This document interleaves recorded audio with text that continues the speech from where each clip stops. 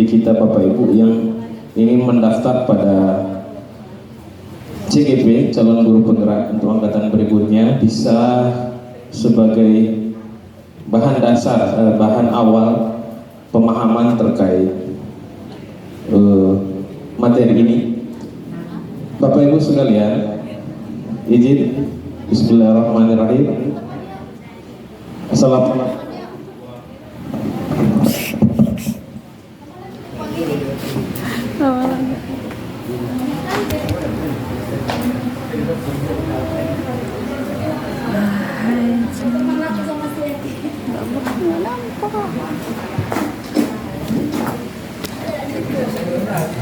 Baik, Bismillahirrahmanirrahim. Assalamualaikum warahmatullahi wabarakatuh. Alhamdulillah rabbil alamin. Salatu wassalamu ala asrofil anbiya'i wal mursalin wa ala alihi wa sahbihi ajma'in. Yang pertama, marilah kita panjatkan puji syukur kehadirat ilahi Rabbi. Kita lanjutkan kegiatan kita pada hari ini tentang menyebarkan pemahaman dan pengalaman penerapan budaya positif terhadap kita bersama Bapak Ibu. Pada hari ini saya Maulana Pasaribu, calon guru penggerak angkatan 10 Kabupaten Mandailing Natal yang bertugas di SMK Negeri 2 Penyambungan, izin melakukan aksi nyata pembahasan kepada rekan-rekan guru terkait budaya positif sekolah.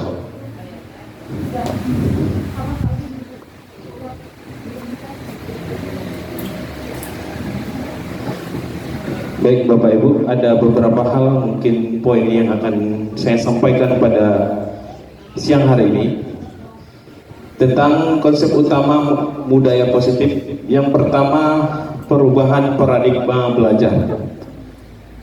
Yang kedua, positif. Ketiga, kebutuhan dasar manusia. Keempat, motivasi perilaku manusia. Yang kelima, posisi kontrol restitusi. Yang keenam, keyakinan kelas. Dan yang terakhir, segitiga restitusi.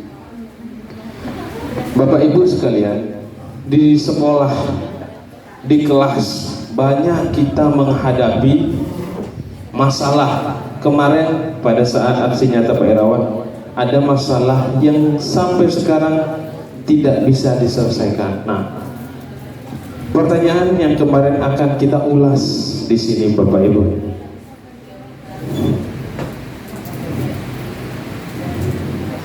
Pembelajaran dengan paradigma baru. Saya mungkin tidak jelaskan lagi apa itu kurikulum merdeka, apa itu merdeka belajar, karena sudah nyata kita rasakan sampai sekarang. Sekarang Bapak Ibu, kita tahun depan akan melaksanakan skema kurikulum merdeka full, kelas 1, kelas 2, kelas 3. Dan kitalah sekolah yang pertama menerapkan hal tersebut di Mandailing Natal untuk jenjang SMK. Pembelajaran dengan paradigma baru dirancang berdasarkan prinsip pembelajaran yang terdiferensiasi sehingga setiap siswa belajar sesuai dengan kebutuhan dari tahap perkembangan untuk mewujudkan profil pelajar Pancasila. Ini ada kaitan juga bagaimana kita mengajar sesuai dengan kebutuhan siswa. Mungkin akan ada timbul pertanyaan, kalau ada 25 siswanya, apakah kita harus mengajar dengan 25 metode yang berbeda, 25 materi yang berbeda? Tidak Bapak Ibu. Kita harus bedakan, ada 3 jenis diferensiasi pembelajaran. Yang pertama, diferensiasi produk. Yang kedua, diferensiasi konten. Yang ketiga adalah diferensiasi konten, produk, proses. Satu lagi, penjabaran mengenai itu akan kami sampaikan lagi bersama Bapak Irawan di aksi nyata berikutnya. Jadi Bapak Ibu, paradigma baru ini dirancang. Kita tidak, mohon maaf sebelumnya.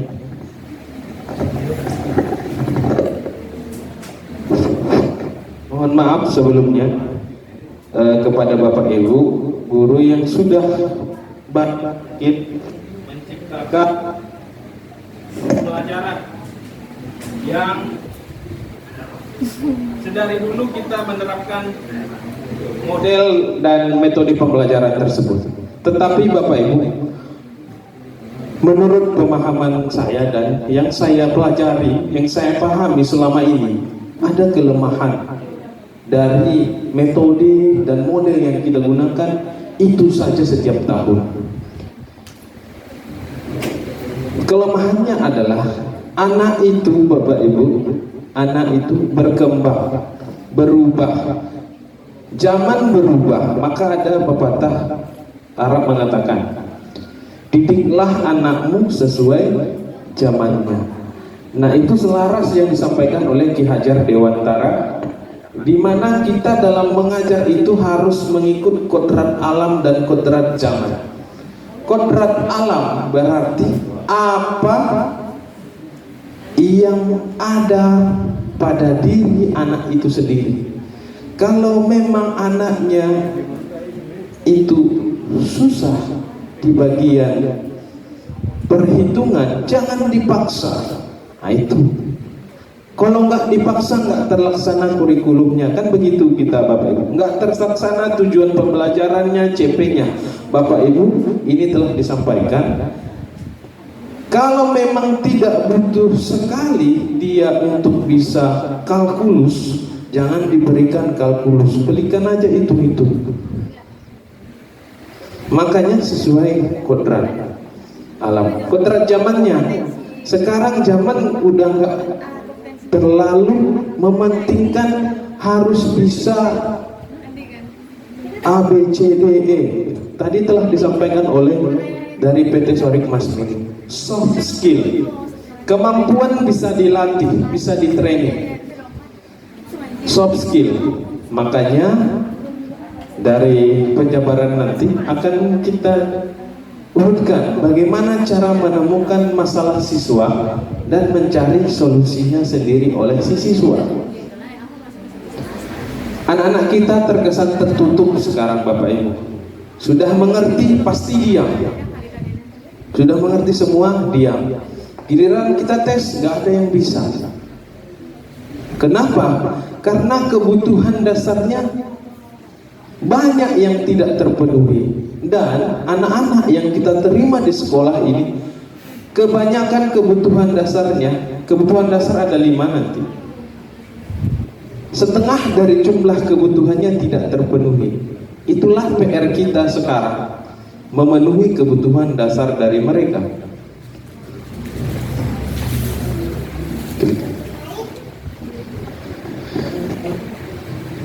Dari perubahan paradigma tadi, kita dituntut untuk membuat kedisiplinan positif. Dalam budaya kita, makna disiplin dimaknai menjadi sesuatu yang dilakukan seorang pada orang lain untuk mendapatkan kepatuhan. Kita cenderung menghubungkan kata disiplin dengan ketidaknyamanan. Anak-anak kita itu kalau kita suruh disiplin, disiplin berpakaian, disiplin datang tepat waktu, disiplin membuat PR, dia kalau dikerjakan oleh dia karena keterpaksaan, maka itu berasal dari faktor eksternal, bukan dari dalam dirinya. Sampai kapanpun Bapak Ibu, kalau hal tersebut kita lakukan, maka akan timbullah keterpaksaan. Ada pepatah mengatakan, dipaksa dulu, kuda dipaksa pasti terbiasa. Tapi Bapak Ibu, kenyataannya berbeda sekarang. Kita menganut pendidikan yang kita anut dari Finlandia. Di Finlandia, cara belajarnya cuma dari jam 8 sampai jam 12. Tidak ada PR. Kenapa? Kenapa mereka pendidikannya nomor 1 di dunia? Padahal belajarnya cuma 4 jam. Di Korea lebih banyak lagi, lebih panjang lagi cara belajarnya. Di Jepang lagi. Cara belajar yang selama ini, mungkin ini juga ada kesalahan di pembuat kepentingan. Jadi seolah kita dipaksa untuk bagaimana anak ini, karena kita dipaksa, jadi kita pun memaksa. Kita dipaksa untuk mengajar sekian. Contohnya kita memaksa untuk mengajar minimal 24 JP, 24 jam pelajaran. Kalau memang itu tidak datang dari dalam diri kita untuk mengajar ikhlas 24 JP, maka yang 24 JP ini akan kita imbaskan pemaksaannya kepada anak-anak kita. Banyak hal yang akan terjadi. Apa sifat pemaksaannya? Tidak masuklah ke kelas kita tinggalkan tugas, kita tinggalkan kelas banyak. Dan saya salah satu termasuk orang tersebut. Ya. Saya tidak mengingkari itu, Bapak Ibu. Dan semoga dengan saya ikut program ini dapat merubah diri saya sendiri, pada khususnya Bapak Ibu, terkait bagaimana cara mendidik yang sebenarnya yang diinginkan oleh para pendiri bangsa ini dulu. Bagaimana pendidikan Indonesia ke depan. Sebagai pendidik, tujuan kita adalah menciptakan anak-anak yang memiliki disiplin diri, sehingga mereka bisa berperilaku dengan mengacu pada nilai-nilai kebajikan universal dan memiliki motivasi intrinsik bukan ekstrinsik. Maksudnya di sini Bapak Ibu, segala sesuatu yang dilakukan oleh siswa yang itu sifatnya positif haruslah datang dari dalam diri, bukan dari luar. Contohnya Bapak Ibu, kita melaksanakan apel pagi.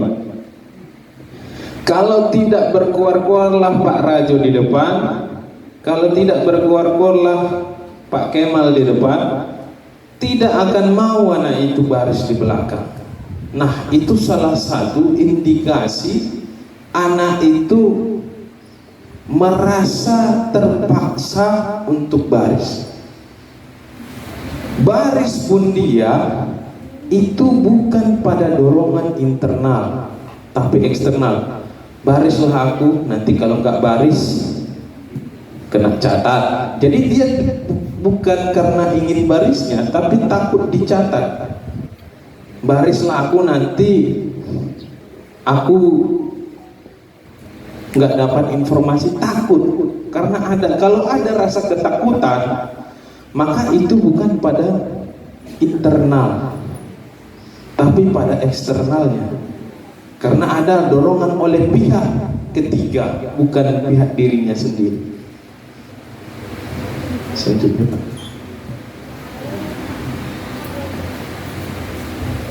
Sebelum di bawah. Ya. Next Pak. Iya.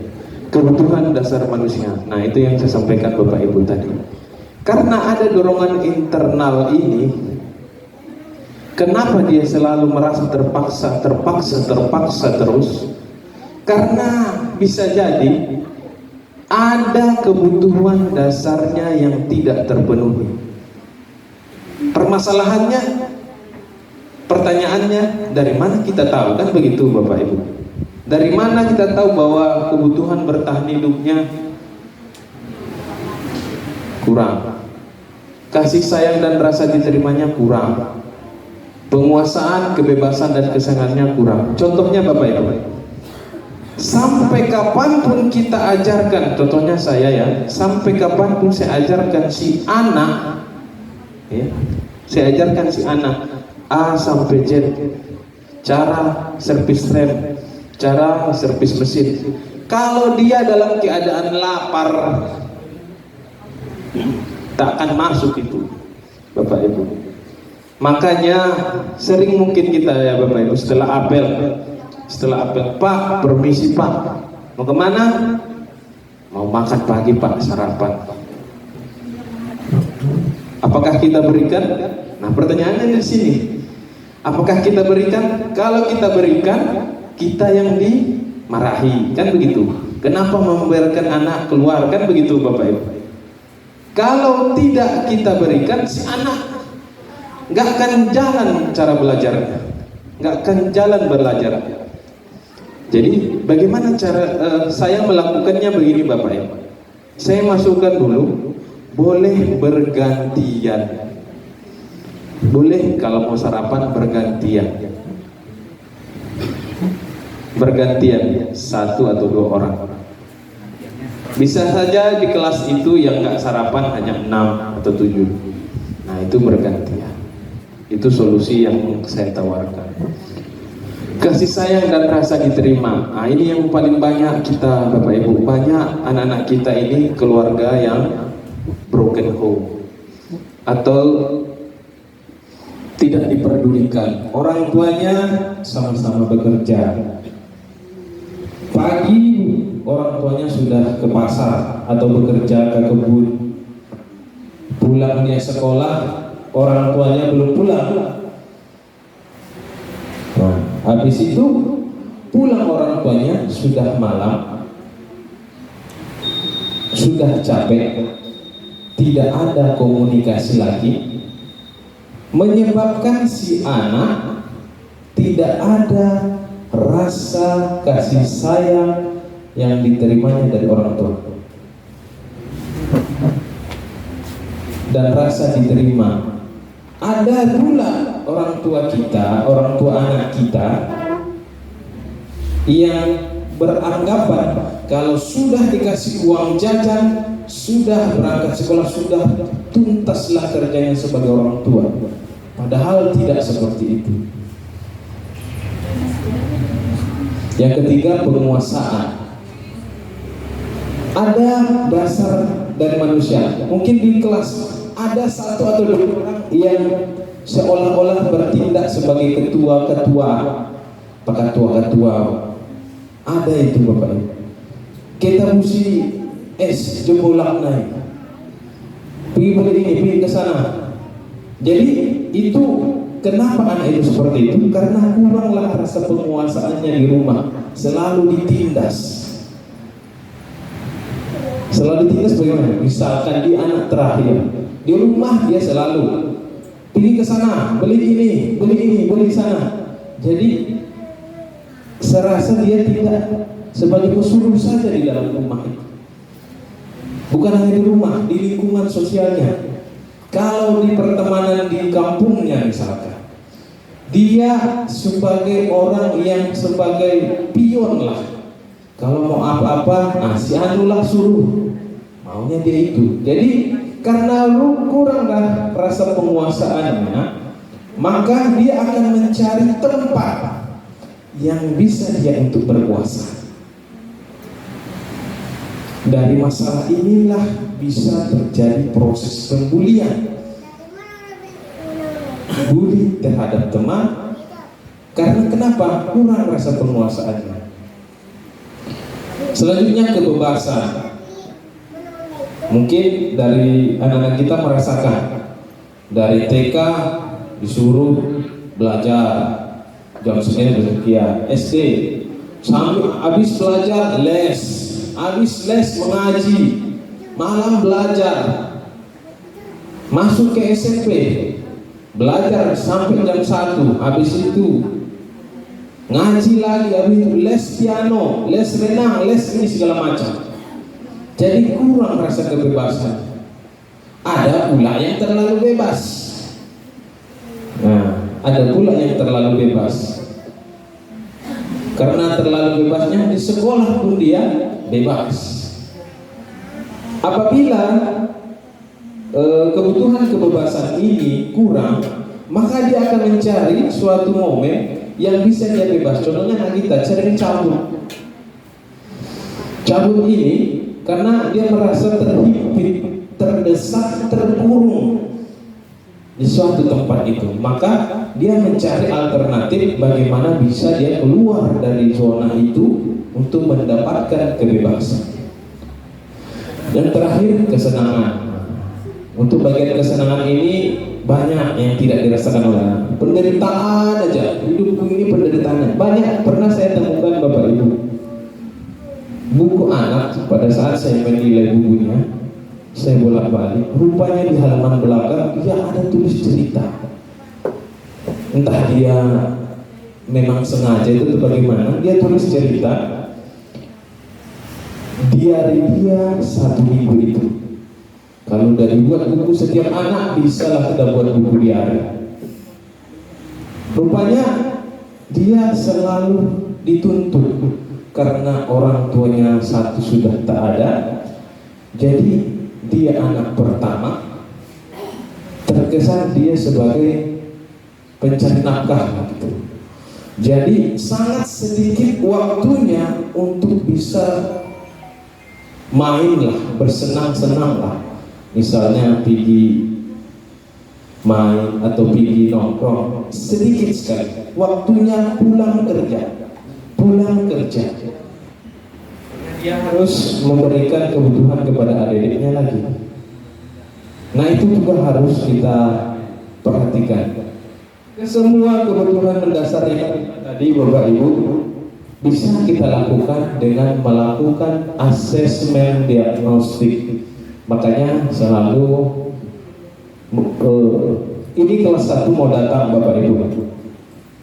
Mungkin Bapak Ibu yang masuk di kelas 1, kelas 10, bolehlah dibuat asesmen diagnostik kognitif dan non kognitif. Apa itu Bapak Ibu? Asesmen diagnostik kognitif itu tes yang dilakukan pada awal pembelajaran terkait kemampuan mata pelajaran. Misalkan bahasa Indonesia, berarti kita lakukan tes awal kemampuan bahasa Indonesianya. Bisa saja dengan membaca, menulis puisi, menulis pantun. Dan asesmen non kognitif itulah yang tadi yang soft skill.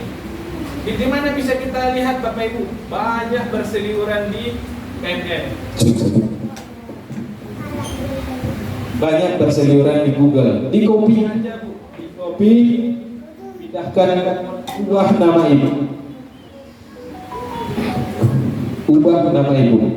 Print 1 lembar. Disuruh nanti anak itu mengisi. Setelah diisi, maka kita bagi klasternya. Mana yang butuh kasih sayang, mana yang tidak dapatkan perhatian. Mungkin ini sebenarnya kita mintakan juga kerjasama dari guru BK. Nah, Bapak Ibu guru BK sebenarnya bisa memetakan ini dan bekerja sama dengan wali kelas untuk memetakan kebutuhan si anak. Kadang hanya ingin dipanggil namanya, Cok, sini kau butet. Padahal dia dipanggil nama. Berarti kita harus bisalah menghafal. Contohnya seperti itu Bapak. Nah, ini terkait selanjutnya motivasi perilaku manusia. Motivasi merupakan dorongan yang timbul pada diri seseorang secara sadar atau tidak sadar untuk melakukan suatu tindakan dengan tujuan tertentu. Kemarin telah disampaikan oleh Bapak Irawan juga. Cuma ada 3 Bapak Ibu. Cuma ada 3 seseorang itu melaksanakan suatu peraturan atau suatu hal yang ingin dilakukan. Ada 3 indikatornya. Misalkan menggunakan, untuk kita lah Bapak Ibu guru, menggunakan pakaian sesuai dengan aturan, atau untuk anak menggunakan sepatu hitam. Misalnya untuk anak. Yang pertama, dia menggunakan sepatu hitam karena dia menghindari ketidaknyamanan dan hukuman. Takut dia dihukum, itu level 1. Kalau dia menggunakan sepatu hitam karena mendapatkan imbalan, atau penghargaan dari orang lain, maka itu level 2. Level yang paling tinggi adalah menghargai nilai-nilai kebajikan diri sendiri. Inilah level yang paling tinggi. Bagaimana itu datang dari dorongan dalam diri sendiri, bukan karena faktor eksternal. Yang dua ini merupakan faktor eksternal, yang 1 dan 2. Sedangkan yang pertama itu, yang ketiga itu menghargai nilai-nilai kebajikan sendiri, itu merupakan faktor internal.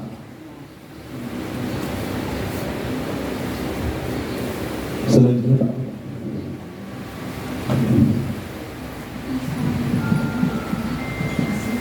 Ini Bapak Ibu, masih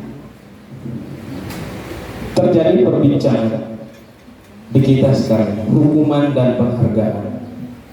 Boleh tidak menghukum, boleh tidak memberikan penghargaan? Boleh tidak? Pertanyaannya boleh tidak? Boleh tidak Bapak Ibu? Boleh tidak memberikan hukuman? Ada yang menyatakan boleh, ada yang tidak. Harapannya ya, tidak boleh memberikan hukuman. Yang ada nanti ada konsekuensi. Hukuman harapannya tidak boleh. Karena hukuman indikasinya yang pertama menyakitkan. Kalau ada hal ini kita berikan kepada siswa dan dia merasa tersakiti, berarti itu hukuman. Yang kedua, tidak nyaman. Yang ketiga, takut. Yang keempat, memaksa. Yang kelima, murid menyembunyikan kesalahan. Yang keenam, murid menjadi rendah diri setelah diberikan hukuman tersebut. Jadi semakin tertutup dia. Itu konsekuensi dari hukuman. Setelah kita berikan hukuman, ini yang terjadi. Sedangkan penghargaan, dia tidak efektif untuk memberikan pengembangan pada diri anak, merusak hubungan. Bagaimana contohnya Bapak Ibu? Ini pertanyaan saya ini mungkin apakah jadi dilema ini? Boleh nggak Bapak Ibu kita buat juara 1, juara 2, juara 3 di kelas? Boleh tidak? Itu kan penghargaan. Sebenarnya Bapak Ibu, memberikan peringkat-peringkat seperti itu tidak dibenarkan. Maka ini masih proses analisa kita Bapak Ibu. Lebih banyakkah anak kita setelah diberikan penghargaan berubah, atau lebih banyak berubah ke yang positif atau yang negatif? Maksudnya bagaimana? Bila dalam satu kelas kita berlakukan pemeringkatan 1, 2, 3, juara 1, 2, 3, kita berlakukan pemeringkatan, apakah dari 20 ini berapa yang berhasil mencapai tujuan pembelajaran? Kalau lebih sedikit dia dari 20 orang ini mencapai tujuan pembelajaran, daripada tidak kita buat juara-juara kelas, maka jangan dibuat juara kelas. Tapi apakah sanggup kita menganalisa anak-anak kita ini merasa nyaman dengan juara-juara ini? Pasti banyak. Nyaman dong kan juara, nyaman Ibu. Kadang mereka karena sudah biasa, tapi sebenarnya di dalam hatinya menolak. Kenapa yang kedua ini Bapak Ibu?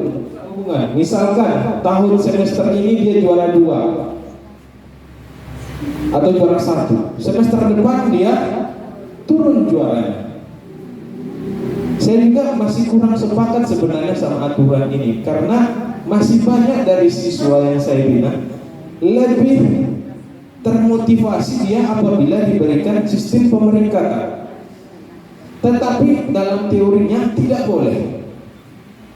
Maka mungkin untuk semester ini akan coba saya analisa di kelas saya bimbing, apakah lebih banyak kalau misalnya sistem pemeringkatan dibuat ini oleh wali kelasnya, lebih banyak yang berubah atau tidak?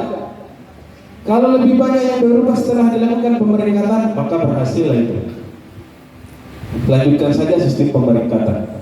Tetapi kalau lebih banyak apabila tidak dilakukan sistem peringkatan, nggak ada juara 1, juara 2, juara 3, yang ada lulus tidak lulus, itu aja. Mencapai KKM atau tidak mencapai KKM, itu aja. Makanya kemarin pernah diisukan nilai kita nggak ada lagi 60, 70, 80, nggak ada lagi AB. Jadi bagaimana? Yang ada A, B, C, kayak sistem perkuliahan. Pernah kan kita dulu Bapak Ibu nilainya A plus, A minus, B. Ini masih terdapat pergejolakan banyak teori yang melawan teori ini. Selanjutnya mematikan kreativitas anak-anak. Contohnya Bapak Ibu seperti kemarin ada lomba robotika, kompetisi robotika. Memang yang juara pertama itu adalah bagus, mantap. Tapi sifat dasar anak SMP, misalkan anak SMA, kalau dia tidak berasa berhasil, maka dia akan galau, cenderung melemah kalau tidak ada yang menguatkan. Selanjutnya menghubung dengan sistem ranking ini yang saya bilang tadi, dan merampas hak menghargai dirinya. Makanya sering itu terima kasih kepada anak-anak kami yang sudah hadir tepat waktu. Seringkali coba kita di kelas kita sampaikan Bapak Ibu, kalau anaknya tepat waktu, terima kasih anak-anak yang sudah hadir tepat waktu. Terima kasih anak-anak yang sudah mengerjakan tugas. Kita berikan feedback umpan balik yang baik lah. Karena kalau kita sampaikan seperti itu, saya mungkin pernah disampaikan oleh guru saya di sekolah ini, disampaikan oleh ibu tersebut, terima kasih sudah mengerjakan tugas tepat waktu. Ada rasa senang, berarti saya dianggap ini oleh guru saya. Terima kasih sudah tidak terlambat, terima kasih sudah membantu ibu ini. Jadi kita dianggap. Apabila ada kurang kasih sayang di rumah, sudah ada di sekolah yang memberikan kasih sayang, walaupun dengan memperhatikan saja.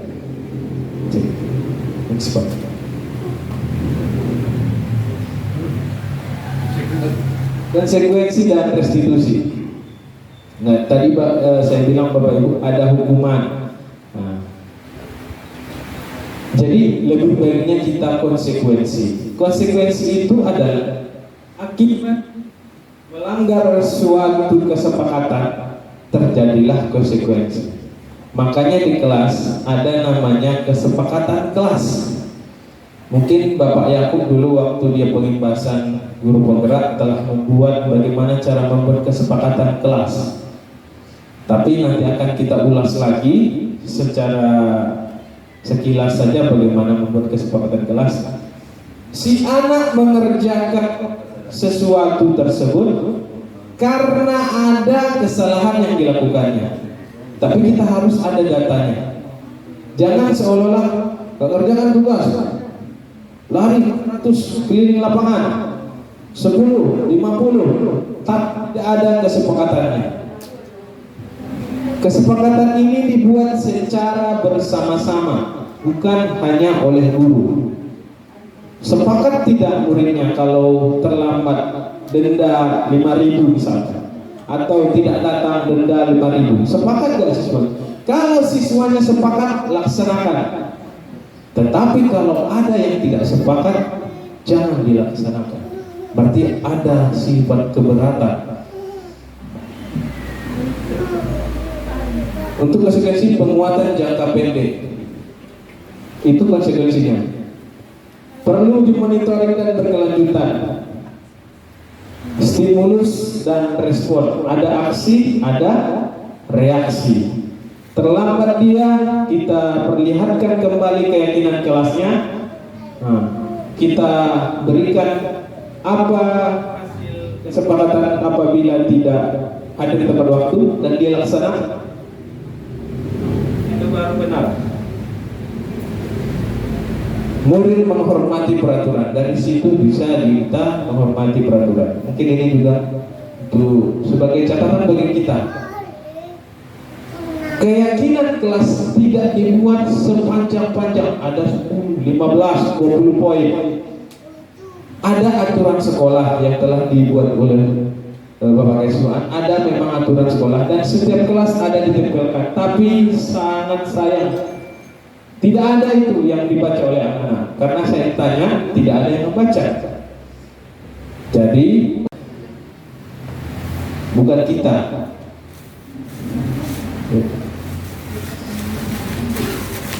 Nah, ini pendekatan restitusi. Pengertiannya, restitusi adalah proses menciptakan kondisi bagi murid untuk memperbaiki kesalahan mereka sehingga mereka bisa kembali pada kelompok mereka dengan karakter yang lebih kuat. Itu menurut dosen 2004. Ciri-cirinya bukan menebus kesalahan, namun belajar dari kesalahan, memperbaiki hubungan, tawaran bukan paksaan, menuntun untuk melihat ke dalam diri, mencari kebutuhan dasar yang mendasari tindakan, fokus pada karakter bukan tindakan, dan yang terakhir menguatkan dan fokus pada solusi.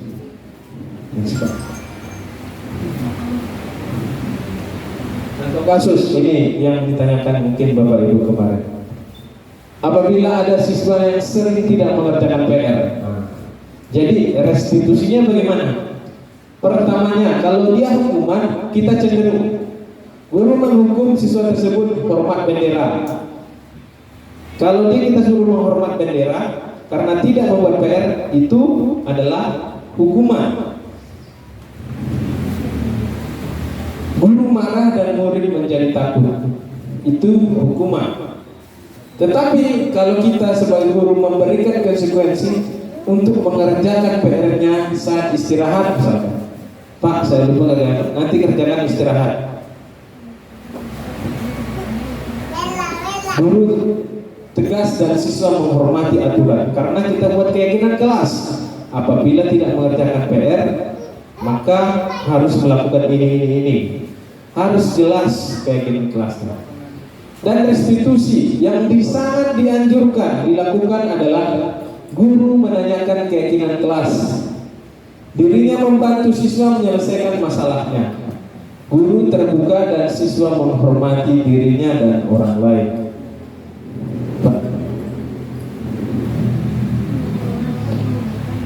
Bapak Ibu, di sini ada 5 posisi kontrol restitusi. Ini adalah lakon-lakon yang biasa kita lakukan. Lakon yang biasa kita lakukan di sekolah.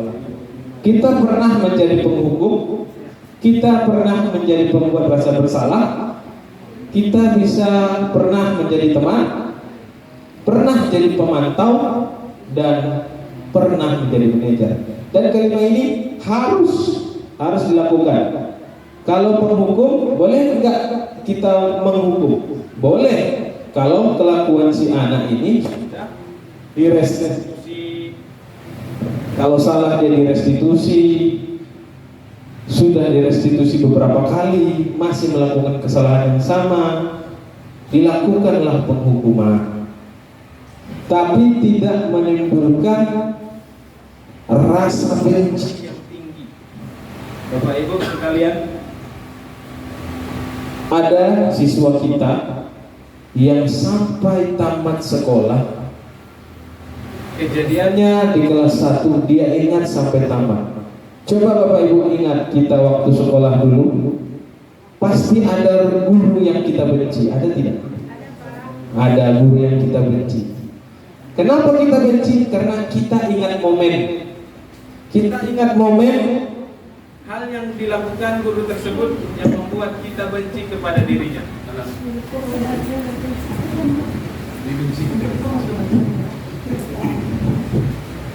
Ada momen, contohnya siswa kita pernah ada yang di smackdown lah namanya ya, di smackdown, dikasih salam kemesraan oleh gurunya. sampai tamat. Kalau ketemu ingin tahu lebih bapak dan dulu naik tampar ayau ini misalkan, sebenarnya itu adalah pukulan cambuk terbesar bagi kita. Berarti kita bukan karena hal baik, kita diingat hal buruk. Tetapi memang setelah itu ada kata-kata lain, tapi bapak setelah bapak tampar saya sadar, saya sadar rupanya yang saya lakukan adalah salah. Apakah itu benar? Bisa jadi kita membenarkan tindakan kita. Itu penghukum. Selanjutnya pembuat rasa bersalah. Pembuat rasa bersalah kita buat seolah-olah kalau dia melakukan kesalahan kita yang kena tegur. Misalkan ini saya sebagai wali kelas misalkan. Randi misalnya, Randi nanti kalau kamu terlambat lagi, ibu yang dipanggil, bapak yang dipanggil, kepala sekolah, kenapa nggak bisa mendidik kamu? Nah, si anak akan merasa bersalah karena membuat orang yang dikenalnya terlibat masalah. Begitu kalau pembuat rasa bersalah. Dan saya rasa kita sudah pernah melakukan ini. Yang ketiga, teman. Nah, ini biasa mungkin kita lakukan. Membuat teman, contohnya itu mungkin di beberapa keuangan.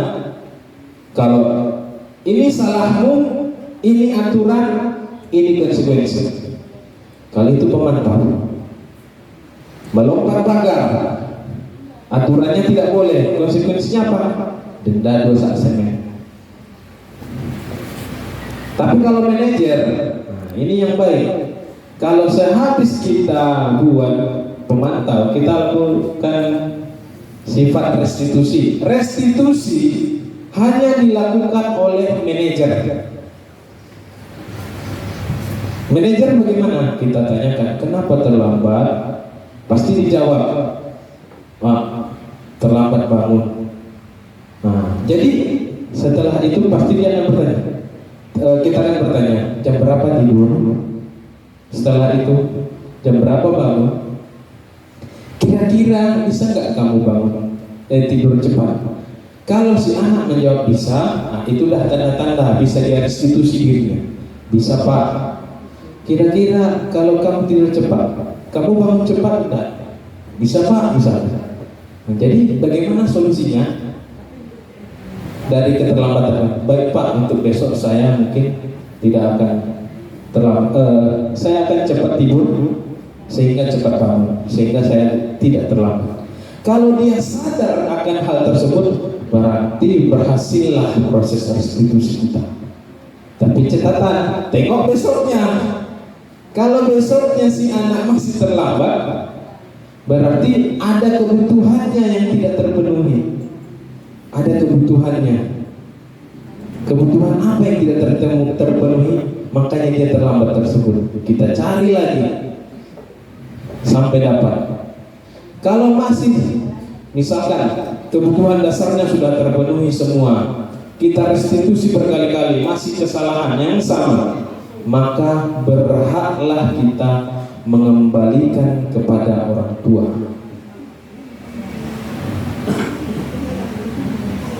Makanya kita ada 3 panggilan: peringatan pertama, peringatan kedua, baru tujuannya Bapak Ibu.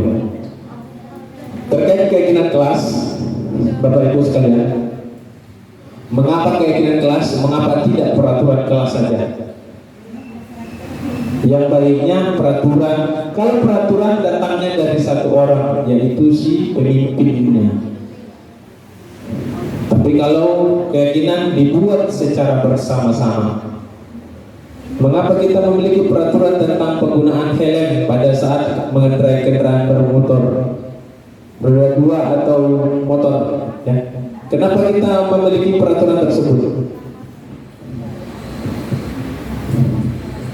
Karena aturan tersebut mencegah, ya, pemerintah mencegah Akibat tidak menggunakan helm. Kalau tidak menggunakan helm, misalnya kecelakaan, maka ada yang harus diobati. Mencegah hal tersebut, pemerintah melakukan pemberlakuan wajib menggunakan helm. Mengapa kita memiliki peraturan tentang penggunaan masker dan mencuci? Untuk mencegah, ini waktu COVID, penyebaran COVID-19. Jadi aturan itu dibuat untuk mencegah dan dilakukan oleh pimpinan. Apakah keyakinan dilakukan untuk mencegah juga? Iya, tapi dilakukan secara bersama dalam pembuatan. Ini contoh pembuat keyakinan yang saya buat di kelas 11 TKR 2 yang kemarin sudah selesai. Bagaimana pembentukan keyakinan kelas? Lebih abstrak dari aturan, tidak boleh secara terperinci, cukup yang 1 kali 3 kata. Misalkan tertib, hadir tepat waktu, berarti itu sudah mencakup kedisiplinan. Kedisiplinan hadir tepat waktu. Yang kedua, berupa pernyataan universal. Jangan gunakan di keyakinan kelas itu pernyataan yang negatif, yang positif-positif saja. Tetapi tujuannya untuk menanggulangi hal yang negatif. Selanjutnya dibuat dalam bentuk positif, sedikit saja agar mudah diingat. Sesuai dengan kondisi kelas dan sekolah agar mudah diterapkan. Pula kita terapkan yang tidak ada kaitannya kelas kita. Misalnya kelas kita laki-laki semua menggunakan jilbab misalkan, ya janganlah.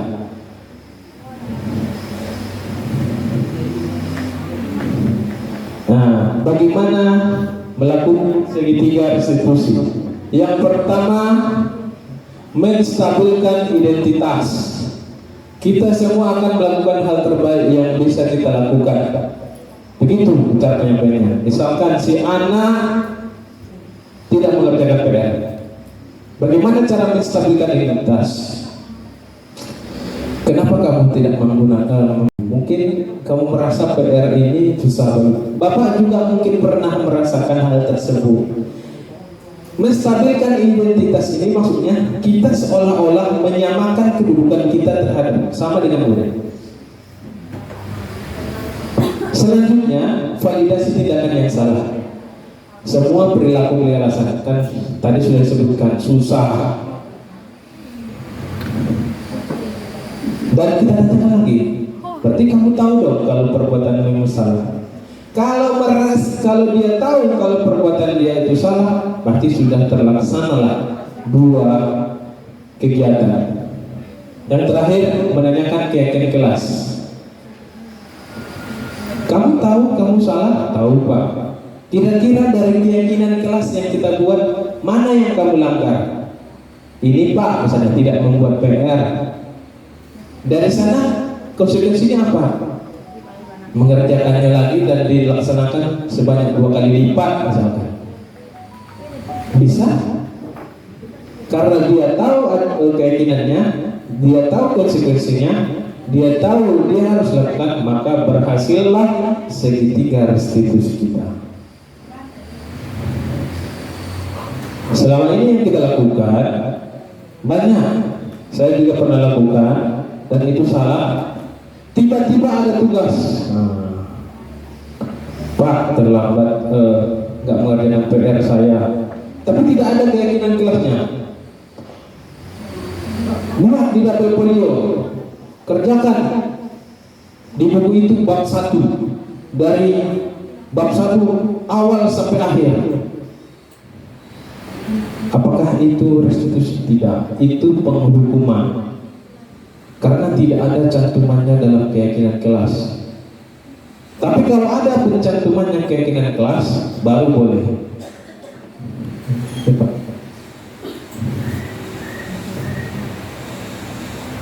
Next, Pak. Ini contoh segitiga restitusi. Bisa dilihat nanti Bapak Ibu, saya share di grup. Terima kasih Bapak Ibu. Bila kita ingin membuat kemajuan perlahan, sedikit-sedikit ubahlah sikap atau perilaku kita. Namun bila kita ingin memperbaiki cara-cara utama kita, maka kita perlu mengubah kerangka acuan kita.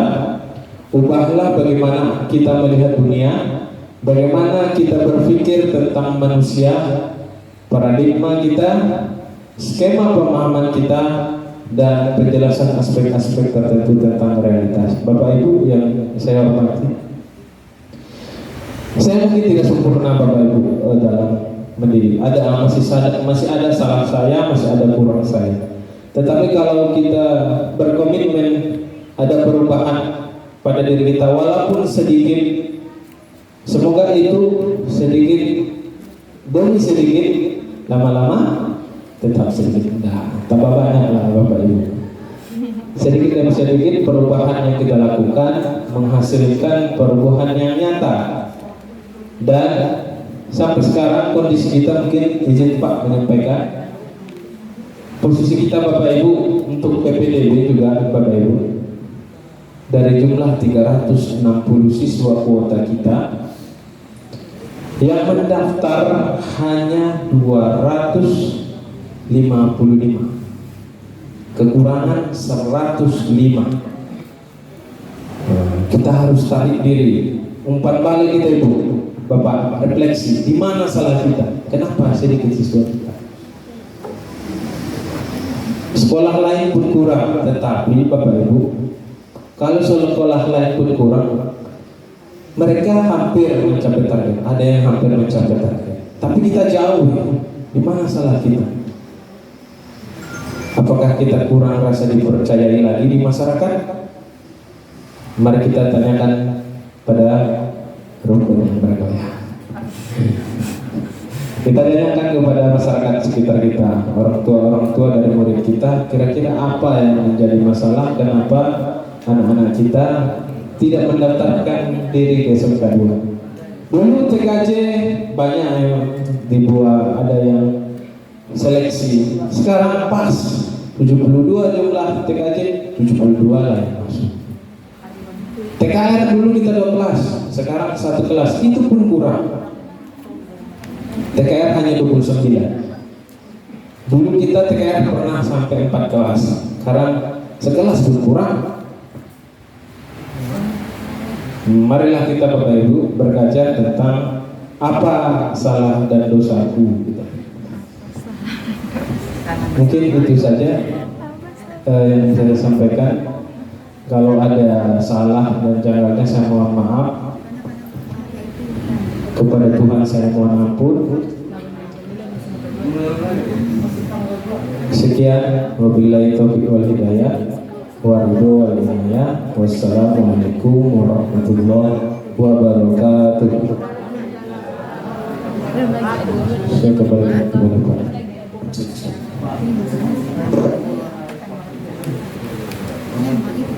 Mana kamu kasih sih? Baik, Bapak Ibu. Masalah yang ditanyakan Bapak Ibu. Karena kita memperlakukan penerimaan rapor kan? Ada yang mau ditanyakan? Sudah berapa persen Bapak Ibu sekalian? Ya, silakan Bapak Ibu di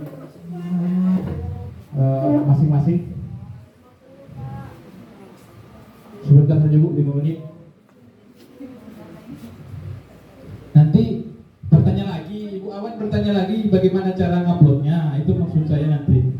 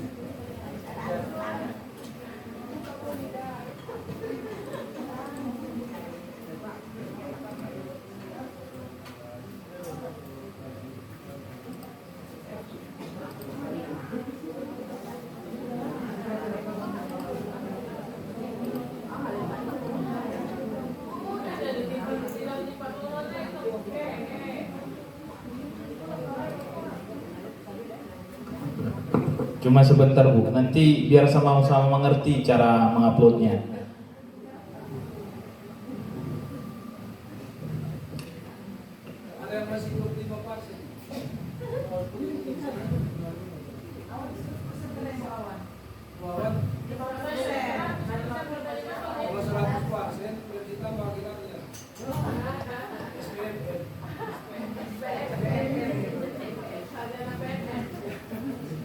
Ya Bapak Ibu, mungkin bisa dilihat caranya, mungkin sudah ada yang paham, tapi kita ulangi. Perlu kami tekankan Bapak Ibu, bagi kita yang ASN atau P3 yang ASN, kaitannya nanti ini penjabaran di apa ya Bu? Kemarin kami mengikuti sosialisasi, saya, Ibu Salmah, Bapak Irawan dan Pak Rajo kemarin mengikuti sosialisasi mengenai ini. Kaitannya bagi ASN, apabila tidak mengerjakan pengelolaan kinerja, maka tidak bisa disinkronkan dengan e-kinerja dan My SAPK. Kaitannya apa? PAK-nya tidak bisa dikeluarkan. Kalau PAK tidak bisa dikeluarkan, tidak bisa naik jabatan. Itu yang pertama. Yang kedua, TPP-nya ditunda. Yang ketiga, iya itu konsekuensinya Bapak Ibu. Yang ketiga, sertifikasinya ditunda. Itu bagi yang ASN. Yang bagi honor, kami kan honor nggak ada gunanya. Bapak Ibu, apabila honor, maka merah rapot kita SMK 2. Kalau sudah merah rapot kita, terbaca oleh Dinas Pendidikan Provinsi, penggajian honor GTT ditunda untuk sekolah tersebut. Iya. Itu. Makanya honor komite kami apa gitu kan? Sama Bapak Ibu. Apabila merah sekolah kita, tentulah kepala sekolah yang akan dipanggil. Ya, tentulah dia tekankan kepada kita harus selesai. Kalau enggak, dia nggak dipanggil kan? Makanya inilah namanya toko marsi tokoan, potuk marsi potukan. Inilah Bu. Nah Bapak Ibu yang belum mati, yang pertama kita klik pengelolaan kinerja. Ibu Awan ini tadi bertanya mungkin sama saya, bagaimana caranya? Buka Bapak Ibu di laptop ikon pengelolaan kinerja.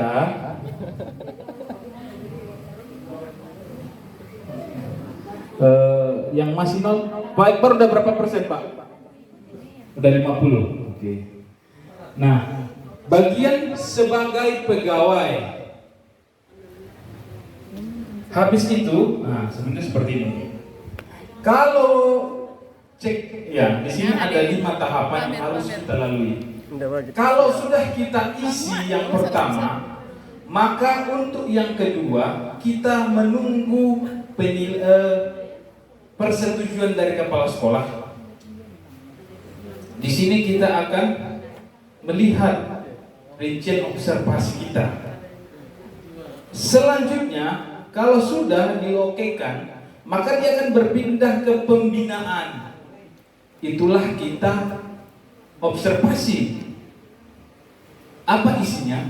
Di sini kita akan dinilai observasi oleh kepala sekolah dan dinilai. Bapak Ibu, di sini ratingnya perlu Bapak Ibu lihat di sana apa.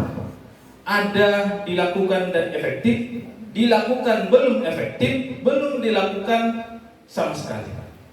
Kaitannya nanti ke poin SKP kita Bapak Ibu.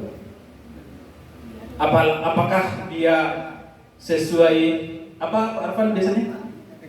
Sesuai ekspektasi, melebihi ekspektasi, atau di bawah ekspektasi. Catatannya Bapak Ibu, apabila dia di bawah ekspektasi, jangan kita harap kita dipanggil untuk hukum.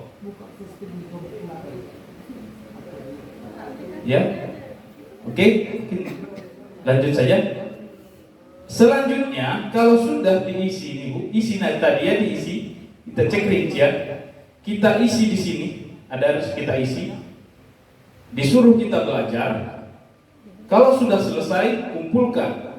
Maka itu akan masuk ke bagiannya kepala sekolah lagi, kerjaannya. Ke pembinaan kinerja. Sudah diisi Bapak Kepala Sekolah, masuk ke pengisian pembinaan kinerja. Ini kita isi lagi. Kalau sudah selesai, kumpulkan, berarti sudah selesai. Apabila, ini Bu ya, ini diisi jadi 25%. Ini dinilai jadi 50%. Ini 75% sama ini dan ini ya Bapak Ibu. 75%. Kalau sudah yang terakhir 100%. Apakah selesai? Belum Bapak Ibu. Kita ke pengembangan kompetensi. Nah, ini yang kita isu-isukan kemarin RHK. Ya, ini yang susah-susah cari sertifikat kemarin Bapak Ibu. Di sini Bapak Ibu, saya penekanannya kalau bisa jangan pas-pas 32 poin. Kalau bisa. Kenapa? Karena nanti kriterianya itu sesuai ekspektasi. Padahal kita menginginkan melebihi ekspektasi. Makanya berapapun sertifikat Bapak Ibu, rencanakan di RHK banyak-banyak. Tapi yang diikuti, jangan diedit.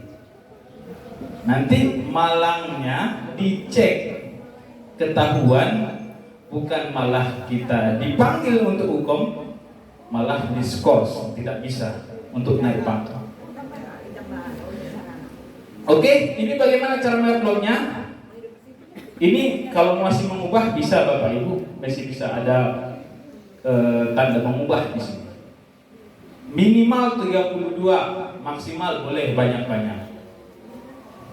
Oke, itu mengenai pengembangan kompetensi. Dan yang terakhir, yang masih banyak belum mengerjakan, saya juga belum Bapak Ibu karena laporannya belum. Tugas tambahan. Apabila tugas tambahannya adalah sebagai guru piket, maka bukan hanya SK-nya yang diupload. Apa yang diupload? Laporan piket harian yang dikumpulkan dalam 1 semester sampai jadwal kita sekarang.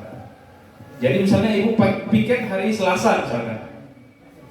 Hari Selasa itu buat aja Bu laporannya, berapa yang hadir, berapa yang tidak hadir, berapa jumlah yang harus hadir, dan berapa itu guru. Kalau murid, berapa yang izin, berapa yang sakit. Sebenarnya ini lebih mudah apabila kita buat laporannya per bulan. Jadi tinggal mudah. Itu guru piket. Wali kelas bagaimana Ibu? Karena kita di ujung waktu. Di BK ada lembar bimbingan kan Bapak Ibu? Ada? Camps foto aja, di scan PDF, kumpulkan semua. Berapa jumlah siswa Ibu? 25. Scan semua 25-nya, buat covernya, buat identitas di bawahnya, berapa murid Ibu, berapa yang aktif, berapa yang berhenti, dan berapa siswa laki-laki perempuan begitu. Cuma itu aja, dan ada lembar di belakangnya, lembar bimbingan itu. Cukup itu aja oleh kelas. Kalau Bapak Ibu ketua jurusan, laporannya apa? Laporan program kerja. Kemarin kita ada disampaikan oleh Pak Irawan membuat program kerja. Mana yang sudah terlaksana itu yang dibuat. Kalau yang belum nggak usah, yang sudah aja. Itu sebagai lampiran di balik SK. Apalagi tugas teman, ya pembina ekstrakurikuler, laporan kegiatan minimal 1. Kalau ada pembina ekskul, saya rasa sudah bisa lah laporan Bapak Ibu pembinanya. Itu untuk tugas tambahan. Kita kerjakan semua Bapak Ibu, selesai tugas kita, tinggal tugas Bapak Kepala Sekolah lagi. Sebelum kita selesai, jangan dikonekkan ke e-kinerja dulu. Tunggu dulu selesai semua, baru disinkronkan dengan e-kinerja. Kalau belum 100%, belum selesai, jangan sesekali disinkronkan. Karena apabila Bapak Ibu sinkronkan, akan ada penarikan data dari PNM ke e-kinerja. Biar maksudnya maghrib. Itu saja mungkin Bapak Ibu. Kalau bagi yang belum ada progresnya, mungkin segera dilaksanakan, karena seperti yang kami sampaikan tadi, ini sebenarnya kaidah masih potukan. Nah, itulah sebenarnya segitiga restitusi yang Bapak Irawan sampaikan ini bukan ke tahap manajer lagi, penghukum ini. Nggak buat, nggak gajian, nggak buat dipotong, nggak buat ditekan. Ya, begitulah kenyataannya. Teori tidak selalu sama dengan hasil. Itu saja mungkin penyampaian Bapak Ibu. Apabila ada salah kata, mohon maaf sekali. Saya beserta Pak Irawan menyita banyak sekali waktu Bapak Ibu.